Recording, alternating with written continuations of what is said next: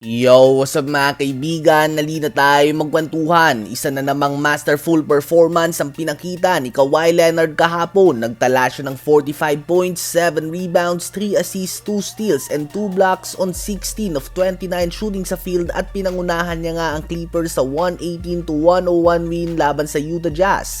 Ito na nga mga kaibigan ang ika-6 na sunod na panalo ng Clippers at talagang dominant performance nga ang pinapakita ngayon ni Kawhi Leonard. Noon nga going with the flow lamang siya sa offense na tinatakbo ni James Harden. Ngunit ngayon talagang nagdedemand nga siya ng bola. Tila ba napaaga nga ang playoff mode ni Kawhi. Ang ganitong level of performance ng two-time finals MVP ay madalas nilalabas niya nga tuwing playoffs lang. Subalit dahil maaga silang nalubog sa mga talo, hindi na nga makapagtiis pa ang winning player na tulad ni Kawhi sa magkakasunod na mga talo at nag-take over na siya sa opensa ng Clippers. Sa last 5 games nga ng Clippers ay nagtatala si Kawhi ng 40.4 points, 7.8 rebounds, 4.2 assists, 2.6 steals, and 1.4 blocks per game on 57.3% shooting sa field, 46.8% shooting sa 3-point line at 92% naman sa free throws. Si Kawhi nga ay ilan sa mga old school player na hindi kailangan ng triple-double para makita ang kanyang dominance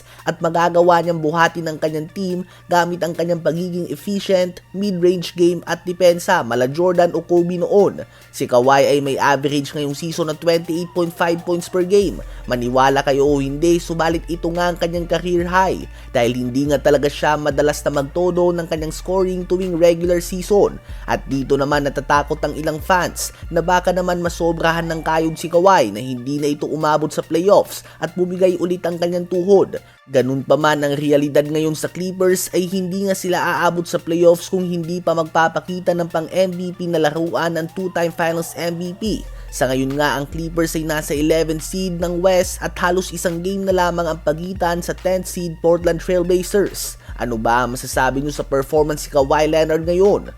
Habang ang Miami Heat naman ay nagbubuka ulit na isang team na ayaw mong makaharap sa playoffs. Sila nga yung tipong team na kalay-kabit o halos hindi na makapasok sa playoffs ang record, subalit kaya nilang talunin ang number 1 seed sa isang 7-game series. Sa pangunguna ngayon ni Norman Powell, Tyler Hero at Bam Adebayo, ang team na ito ay may kakayahan na muling manggulat sa playoffs dahil bukod nga sa kanila ay solid role players nga mga kaibigan ng kasama nila na sila Kelly Ware, Davion Mitchell, Andrew Wiggins, Jaime Jaquez Jr., Simon Fontecchio at Nikola Jovic. Meron nga silang 9 players na lahat ay capable gumawa ng 15 or more points at napakadelikado nga ng ganitong team tuwing playoffs dahil mahirap nga silang gawa ng scouting report. Samahan mo pa ito ng masterful coaching ni Erik Spoelstra at kanyang experience, hindi malabo na ang Miami Heat ang isang team na magsilbi bilang dark horse sa Eastern Conference na hanggang ngayon ay wala pa rin clear favorite pag sumapit na ang playoffs.